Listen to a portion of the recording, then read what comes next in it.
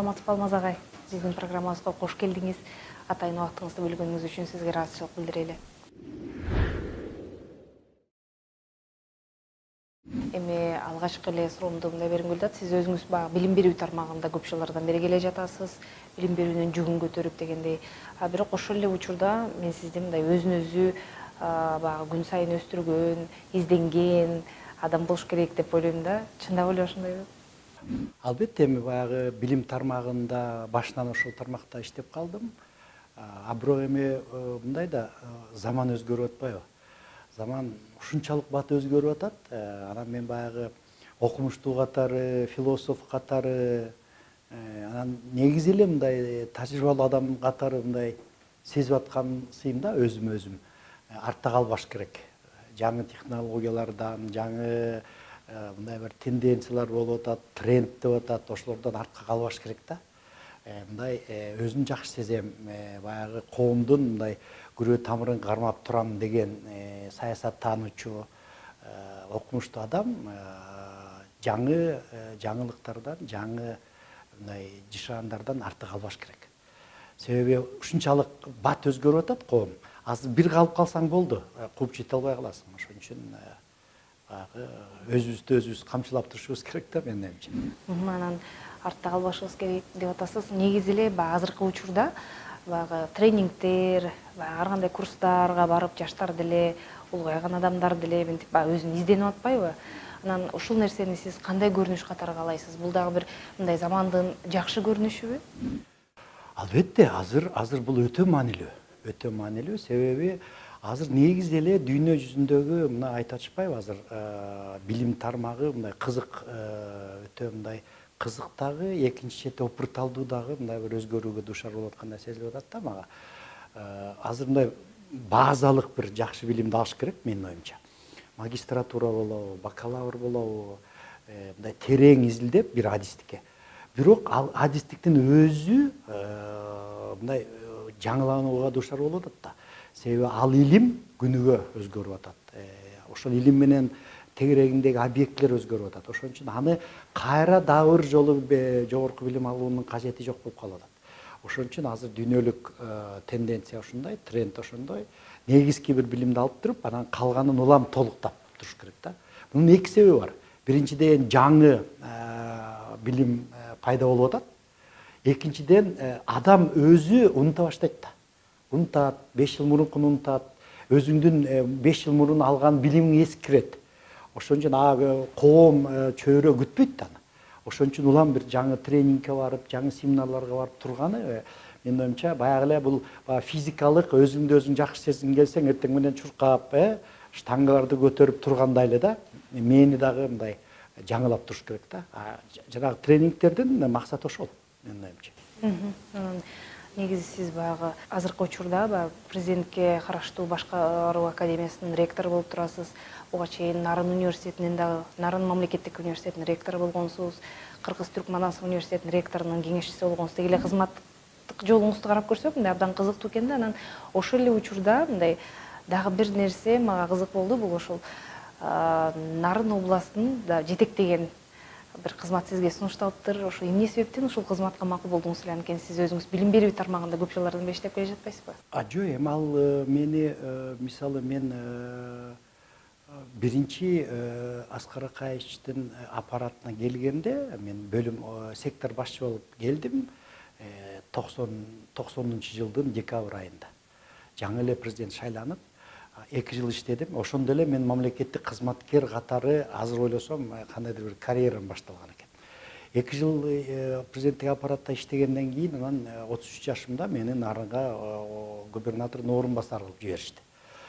Ал жерде губернатордун орун басары болдум, биринчи орун басары болдум, Нарын районунун акими болдум, областтык кеңештин төрагасы болдум. Ошентип 7-8 жыл иштегенден кийин анан мен Нарын университетинин ректору болуп кеттим. Анан 11 жыл ал жерде Нарын университетинин ректору болдум. Анан 10-жылы анан 9 мартта мени чакырышып анан кийин губернаторлук дайындатышпайбы.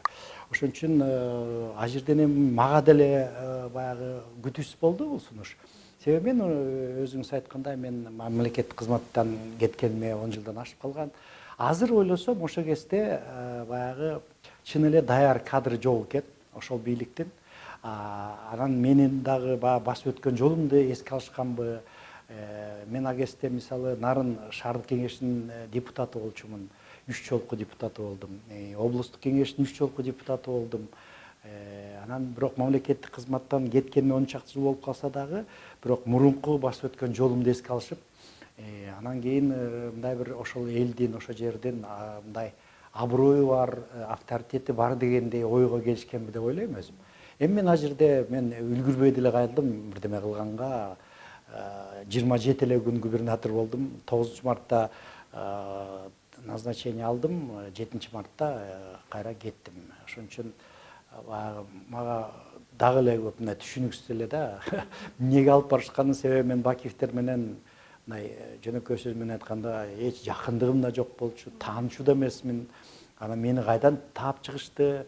Бирок эми ошол кездеги кыйыл акыбалдан чыгыштын бир жолу болгонбу деп ойлойм да бийликтин деле. Эгер мүмкүнчүлүк берсе, көбүрөөк убакыт турсаңыз, кандай иштерди аткармак элеңиз? Эми ал жерде Мүмкүнчүлүк болмок белек мындай сизге мындай ошо губернатор катары ошол область жетектеп, башкарып?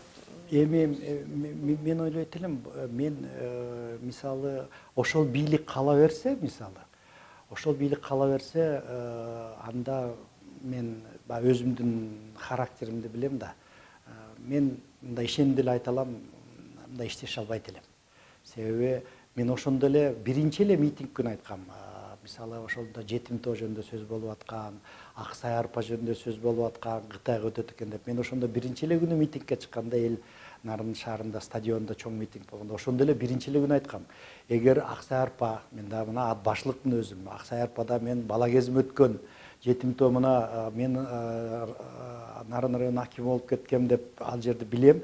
Эгер ошолордун баары чын эле Кытайга өткөн атса, анда мен ошол күнү эле арызымды жазып губернатордон кетем дагы эл тарапка өтөм деп ошондо эле айткам. Мен азыр ойлосом, эми эгер ошондой эле бийлик, ошондой эле ыплас иштерди жаза берсе, мен иштеше албайт болчумун. Себеби мен бир ыгын таап туруп кетип калмакмын. Мен ага мындай өзүмдү билем мен өзүмдү.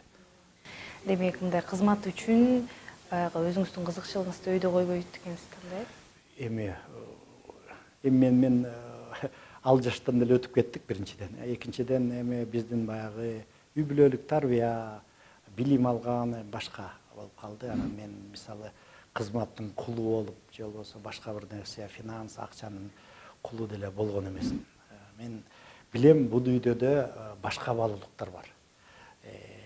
Анан кызмат үчүн, акча үчүн, байлык үчүн мен оюмча жашабай эле коюш керек. Ал келип кетчү нерсе, андан дагы чоң, андан дагы маанилүү нерселер бар.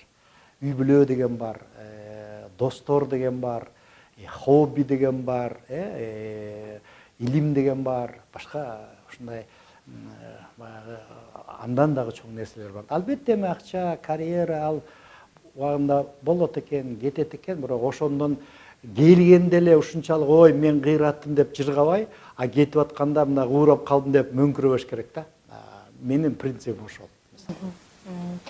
Ал негизи азыр баягы сизди көпчүлүк журналисттер баягы саясаттануучу катары интервью алып жүрүшпөйбү? Анан кийин ошол карьераңыздан улам ошол саясаттануучу катары интервьюларды алсак керек, бирок ошол эле учурда баягы өзүңүздүн кызматыңызга терс таасирин тийгизип калган учурлар кезикпейби? Эми мындай да, мен мисалы азыркы жумушума деле, башка жумушта жүргөндө деле мен эми мындай өтө деле мындай опурталдуу же реакциялык, же болбосо мындай бир экстремизмге же башка бир нерсеге чакырган адамдардан эмесмин. Себеби мен баягы илимдин адамы, ошо саясаттануучу болгондон кийин саясат кандай пайда болот, кандай өнүгөт, кандай өчөт керек болсо, ошол эле саясатчылар дагы кандай келет, кандай кетет дегенди мен баягы практикада эле эмес, мындай илимдин теориясында да билем да. Ошон үчүн бирок мен баягы демократия, адам укуктары, улуттук кайра жаралуу деген нерселер мен үчүн ыйык нерселер. Мен ал жерден мен өзүмдүн позициям 20 жыл мурун кандай болсо, азыр деле ошондой. Улут өнүгүш керек. Ар бир улуттун өкүлү өзүнүн улуттук мамлекетине кичинекей болсо дагы салымын салыш керек. улуттук тил өнүгүш керек, үрп адатыбыз деген адамдардын биримин.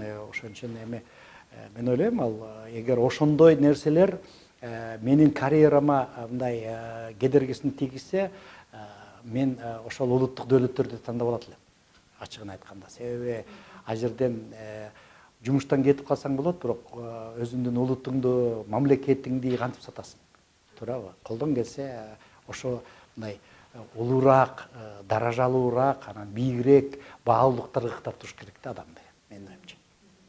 Анан негизи эле сын пикирлерге көз карашыңыз кандай? Ушунда билгим келип атат, себеби социалдык тармактарда абдан активдүү отурасыз. Сиз дагы кайсы бир маселе, мейли саясийби же болбосо кандайдыр бир маселе болсо оюңузду ачык жазыпчы. Бирок ошол эле учурда мисалы сын пикирлерди айткандар да болот. Азыркы учурда баягы интернет ушундай болуп калбадыбы? Интернетте мындай элек жок болуп атпайбы? Ошол себептен негизи эле жалпы сын пикирге кандай көз карашыңыз? Эми сын пикирге сын пикирдин ар кандай түрү бар да. Чын эле жүйөлүү болсо, чын эле мындай бир негизи эле мен ойлойм мындай нормальный адам, өзгөчө мындай илим, билимде, саясатта жүргөн адам өзүнүн каталарын мындай моюнга алганды билиш керек.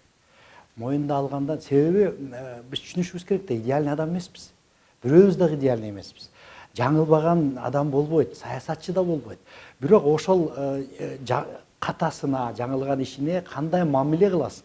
Ошону моюнга алып, анан ошондой катаны кийин жазабаганга аракет кыласыңбы? Башка маселе да. Анан бирок эми сын пикир десе деле сиз аябай туура айтып атасыз. Эми кээде мындай өтө эле эме болуп кетип атпайбы?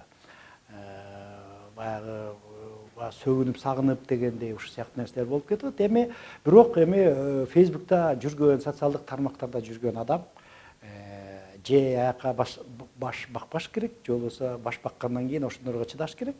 Анан мен негизи эле мындай тамаша менен, юмор менен кабыл алганды жакшы көргөн адаммын да. Эми деңгээли көрүнүп турат, эми аны менен кээде эле баягы колуң келсе өчүрүп коюш керек. Колуң келсе баягы өтө эле мындай агрессивдүү адам менен же болбосо ыплас адам менен мындай талаш эмес, мындай отургандын, сөз сүйлөгөндүн өзү арам, менин оюмча. Ошон үчүн ошондой эле мамиле кылыш керек. Мен ошондой мамиле кылганга аракет кылып жүрөм.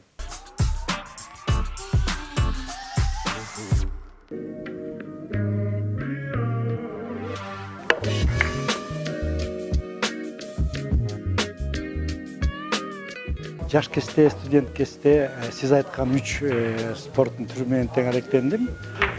Футбол ойнодум, баягы стөл теннисин ойнодук, анан баскетболду мектепте ойноп жүрдүм. Бирок баягы ар бир спорттун курак жашы болуш керек. Ошого жараша азыр мына бир 7-8 жылдан бери мындай жолдош балдарыбыз менен, досторубуз менен мындай жумасына бир жолу жекшемби күндөрү келип ойнойбуз. Аябай жакшы, себеби басасың, бир топ стол тегеренип басасың. Анан экинчиден бул дагы баягы мындай саясат сыяктуу нерсе да, мындай кадимкидей стратегиясы бар, тактикасы бар. Баягы өзүңдүн атаандашыңдын каталарын колдонушуң керек, кара ката кылбашың керек, ушул сыяктуу нерсе да, ошон үчүн мага жагат. Анан эми баягы биздин возрасттагы көп эле кишилер азыр ойноп калды. Анан өзүбүзчө баягы кичинекей чемпионаттарды уюштурабыз. Ушул сыяктуу да, менин оюмча жакшы спорттун жакшы түрлөрүнүн бири деп эсептейм.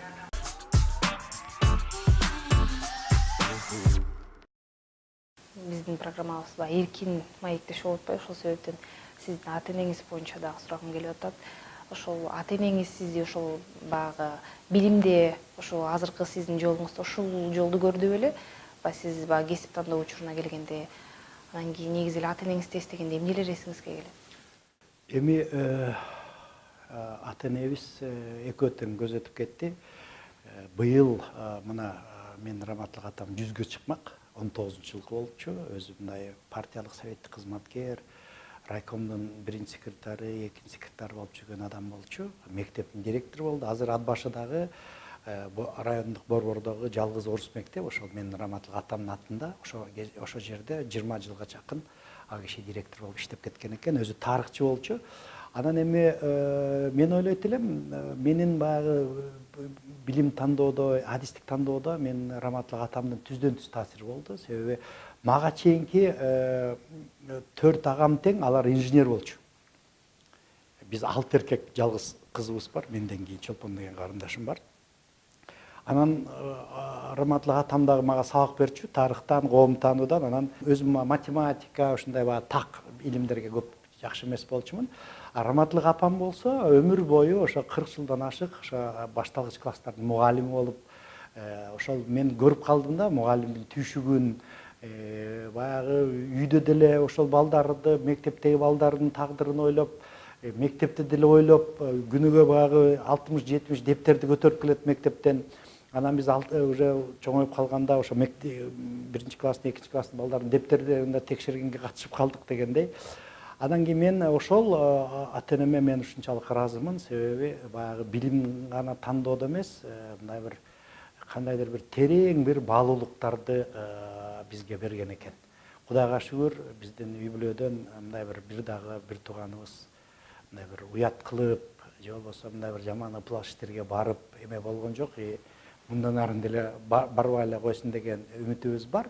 Атанын, эненин таасири, билими, тажрыйбасы өтө маанилүү. Өтө маанилүү. Мага деле ошондой болду. Анан мен баягы мектепте окуп жүргөндө баягы мындай кош көзөмөлдө жүрдүм да. Директордун баласы болсоң, анан мектепке барсаң дагы жоопкерчилик, үйгө келсең дагы жоопкерчилик. Анан атам бизге да сабак берчү өзүмө. Анан футбол ойноп же хоккей ойноп кетсең, анан кечинде айтып койчу, эртең мен сурайм деп койчу. Мен жанталашып окусам, эрте сурабай коет. Бирок зато мен ошончолук баягы мындай эме жүрдүм да, мындай тонуста жүрдүм болуш керек мектепте.